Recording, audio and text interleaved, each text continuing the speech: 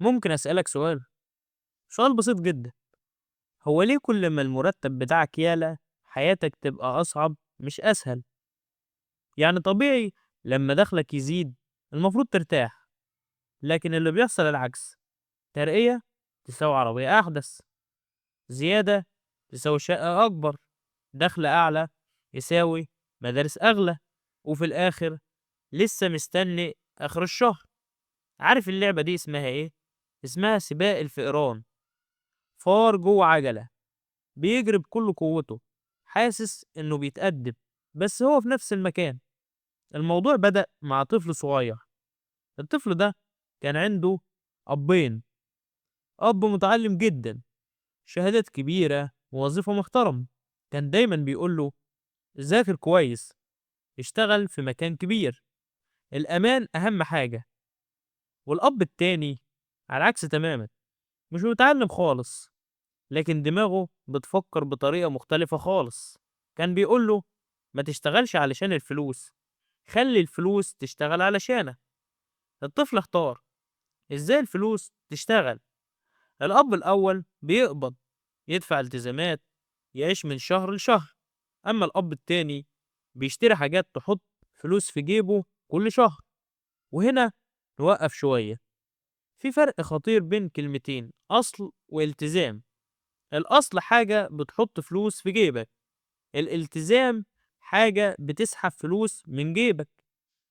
بس المجتمع عمل لخبطة، خلانا نحسب الالتزامات أصول.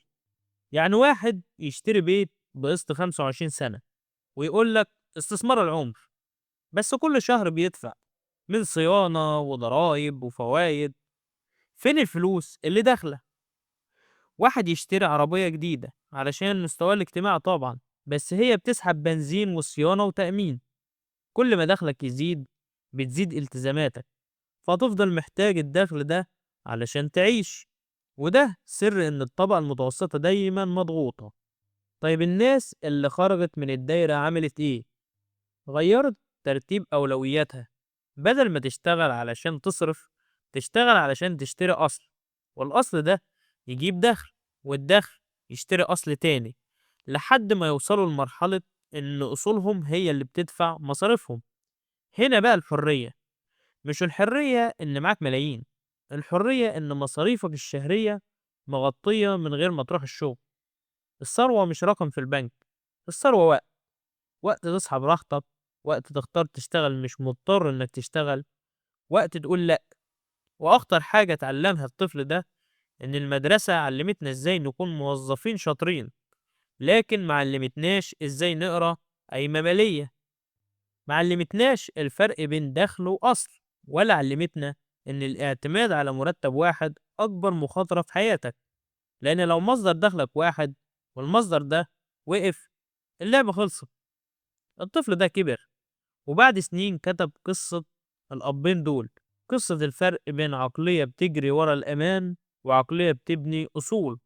وفي آخر القصة قال جملة تقيلة: مش الأغنياء هم اللي بيشتغلوا علشان الفلوس، لكن الأغنياء يخلوا الفلوس تشتغل علشانهم.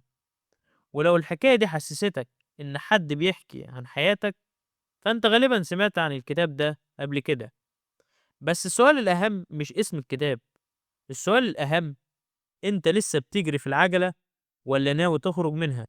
وده ببساطة كان شرح عن كتاب الأب الغني والأب الفقير.